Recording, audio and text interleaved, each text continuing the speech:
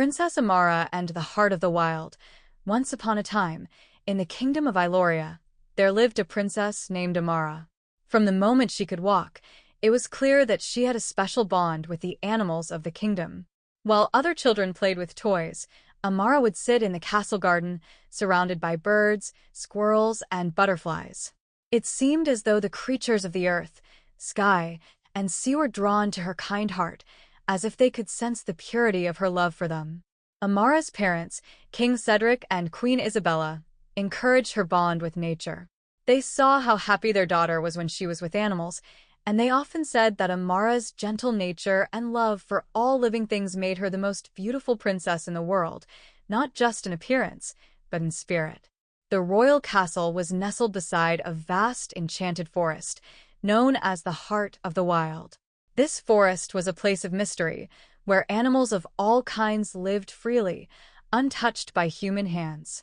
Legends told that deep within the forest lay a magical fountain, guarded by the spirit of the forest, a great white stag. The fountain was said to possess healing powers and to grant wisdom to those who truly understood the language of nature. As Amara grew older, her bond with the animals only deepened. Birds would sing to her at her window each morning, and deer would come from the forest to greet her as she walked in the garden. She had learned to understand the subtle movements and sounds of the animals, as if she could speak their language. But despite her happiness, there was one thing that troubled her, more and more. She noticed that the animals were disappearing from the outskirts of the forest. The birds no longer chirped as they once had, and the deer no longer roamed as freely near the castle. One evening, as the sun set behind the trees, Amara decided she could no longer stand by while her beloved forest creatures vanished. She called her parents and said, "I must find out what is happening in the heart of the wild. The animals need me, and I can't ignore their cries for help." King Cedric, though protective of his only daughter, knew that Amara's love for the animals was stronger than any fear. "Go, my dear," he said gently, "but be cautious. The heart of the wild is a magical place, and not all its mysteries are easily understood." The next morning, Amara set off toward the forest, dressed in a simple gown, with a satchel slung over her shoulder filled with herbs and food for the animals. As she entered the forest, the trees seemed to bend toward her, welcoming her into their depths. The farther she ventured, the quieter it became. The usual rustling of leaves and the songs of the birds were gone, replaced by an eerie silence. Amara's heart ached. Where had her beloved animals gone? She pressed on, her feet carrying her deeper into the forest. Hours passed, and still, she saw no sign of life. Just as she was beginning to worry that something terrible had happened, a soft rustling in the bushes caught her attention. She turned, and to her astonishment, a small, injured fox limped out of the shadows. Its fur was matted, and its eyes were filled with pain. Amara knelt beside the fox, gently stroking its fur. "Don't be afraid," she whispered. "I'm here to help." She reached into her satchel and pulled out a bundle of healing herbs. As she wrapped the fox's wounded leg, the creature looked up at her with grateful eyes. Once its leg was bandaged, the fox nudged Amara's hand as if asking her to follow.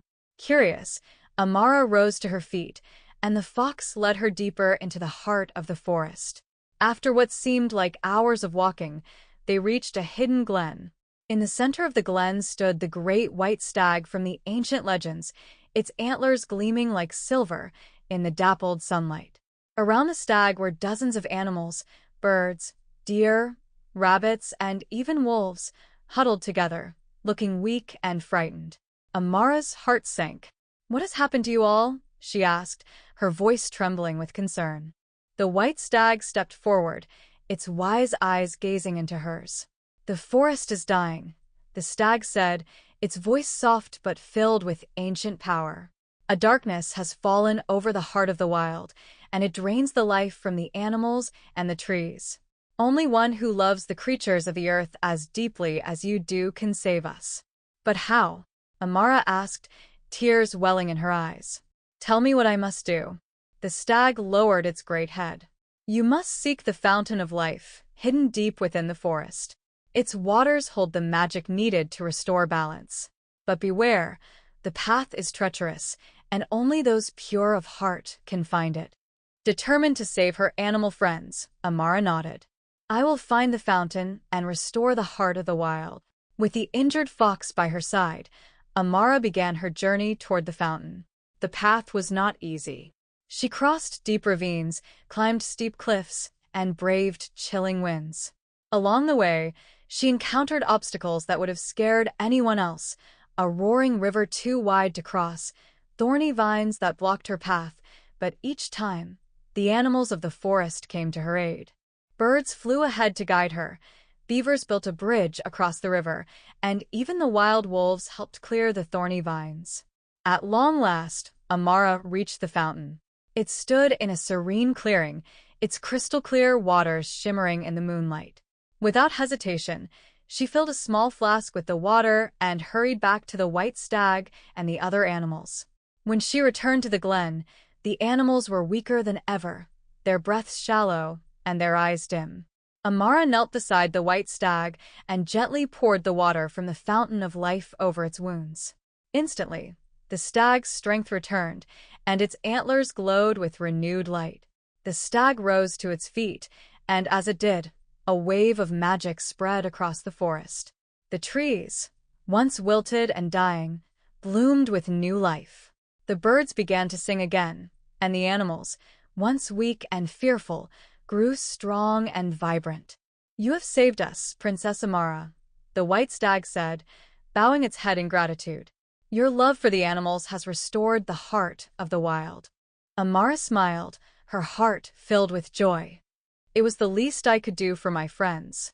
From that day on, Princess Amara became known as the protector of the forest. The animals followed her wherever she went, and the kingdom of Iloria flourished under her care. She taught the people to respect the land and the creatures that lived upon it, and the bond between humans and animals grew stronger than ever. And so, Princess Amara lived a long and happy life, surrounded by the animals she loved so dearly, knowing that the heart of the wild would always beat with the magic of their friendship.